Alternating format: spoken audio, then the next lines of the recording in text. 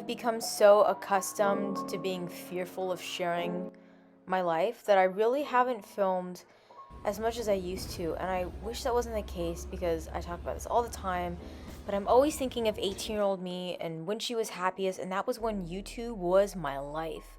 I posted 3 times a week. There was even a period 7 years ago, exactly, March 2017, that I posted every single day. Anyways, in this vlog, it's just a little catch up with my mom coming to visit me in France. We met up at a Cuban place with my friend Laura. Then we actually took a little weekend trip to Monte Carlo and Nice because my mom, she likes that kind of stuff, and I knew she would like Monte Carlo because it's very manicured and perfect. I saw these people playing cards on the train ride down there, and I immediately was taken back to the first time I went to Paris, walking along the Seine towards the Eiffel Tower, seeing people on the grass playing cards without phones and being in awe of the difference of lifestyle. And I know we're going to get to podcast stuff, and I'm going to start talking about things more not artistically. But for this vlog, we're still going to do that because that's just the vibe of this. I was sitting on this train. I listened to Ariana Grande's album a few times and also had some good stuff on my iPod come up. I've been terrified of putting my iPod on shuffle because emotions and feelings come up that I try on a daily basis to suppress, and then the song comes up and I'm like, oh yeah, I still feel that way, and it's not fun, but also I think it's equally bad to let it all kind of boil inside of me. So I was listening to Ariana Grande's album, and I've been listening to it several times. I think it's a great piece of work. I definitely knew it would be something because I think a lot of artists have some sort of epiphany or breakthrough artistic vision or creative epiphany when they turn 30, and I'm looking forward to that for myself at some point, if I make it that long. But I was listening to that album, and I'm still thinking about a lot of the lyrics, for instance, on We Can't Be Friends, wondering what it means, and it really has opened my eyes to the notion once more that we never really know what the artist's intent is. We can make our own meaning, and of course, once you send something into the world, it's the world, and you can't take it back. But I really appreciate that body of work just for that. So anyways, once you get to the last 2 hours of the train ride from between Paris and Nice, it's really pretty. We got to Nice. We struggled to get on our train to Monaco, but we finally did. And if you didn't know, I think this is one of the prettiest train rides ever. You hug the Côte d'Azur, all the way along. You see all the little villages. If I come back again, which I definitely will, I'd like to stop at all the little places in between, but we stayed in Monaco, which was a fun experience. I got to go to the Princess Rose Gardens here, and this was the view from our room, which was pretty awesome, a pretty fun experience. Where are we, Madre? Monaco. Yeah, but where are we? They do. Yeah, Princess Rose Gardens. It's very pretty. Yeah. I'm sure it closes at a certain hour. Probably 7. Is that early? Well, it's gonna close when the sun goes down. Pretty though. So our room is up there somewhere. We're a window room. Yeah, it's that one with the shingles. That's our room. The one with the shingles. That one, Madre. We have a balcony though. I know, it's the one above with the squigglies, Madre. Oh, that's it. Yes. Okay. Sure. And to be in Monte Carlo and Monaco during off season was definitely something that spiked my interest because I am not a fan of crowds.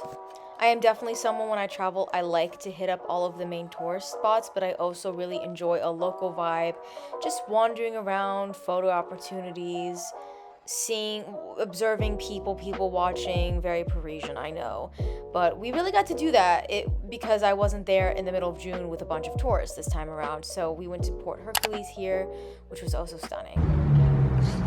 Zoom in. Yep, that's the casino. Wow, the zoom on this camera is really good. Oof. YouTubers that Monaco's not pedestrian friendly, Madre. It's not pedestrian friendly. You have to walk around in circles. Yes. It's not a straight shot. What? After this, we just walked back to our room after we got some stuff for dinner in the room because we were pretty tired from our long day. We got up early the next morning. It's a little cloudy, but wasn't too bad. We took a little walk to the train station, which, as my mom and I explained, and I think I explained in my other vlog, is that Monaco is not pedestrian friendly. But we still somehow made it to the train to Nice because I wanted my mom to see Nice. It's kind of like the capital of the French Riviera.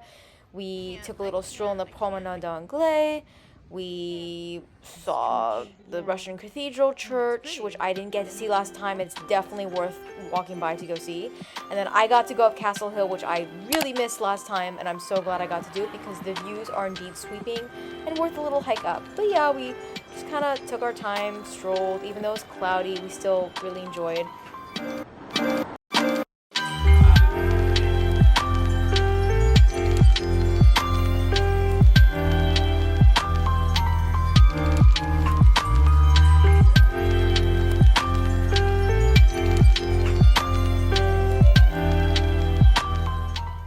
Then we walked through Old Nice a little bit after we had the promenade.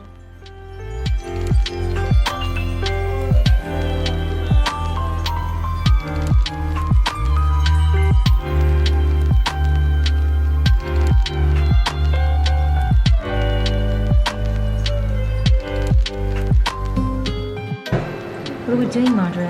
We're eating What are we eating? omelet and peas and potatoes.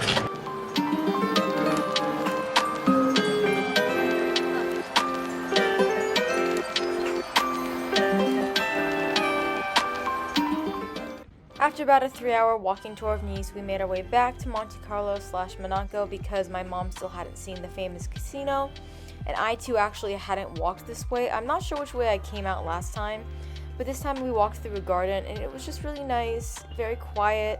Even though it was cloudy, it was very unfortunate because the next day before we left was super sunny, but it was really nice to get new views of the casino and to see it very empty because it was flooded with tourists when I was here last. Then we just slowly made our way back to the hotel, and the next morning we soaked up the sun. We walked through the little mall nearby and the little shopping center. We observed the Monaco people and kids out of school, and that was pretty much the gist of what we did when we were in Monaco. We really just, I don't know, it was a very chill trip. It wasn't an intense sightseeing trip. I'd been there before.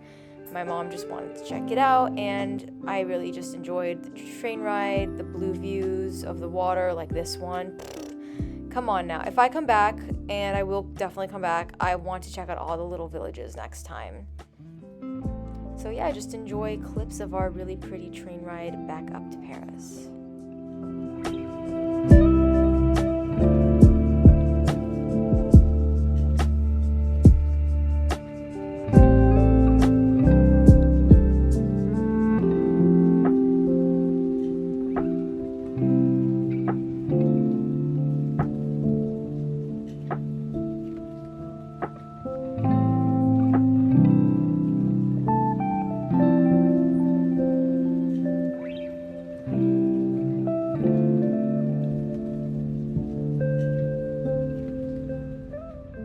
The first half of our trip, my mom and I did a lot of housework in my apartment. We did some fun things like go to vegan pizza that I really wanted to go to.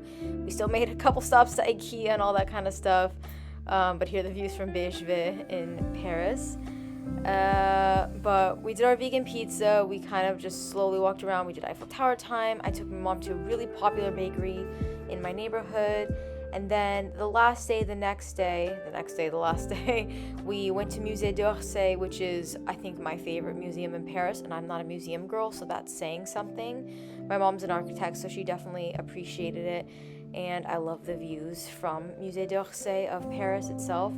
Then, what are we doing, Mommy? We're having a tea outside in a cafe. Yeah. How do you feel about that? I like that.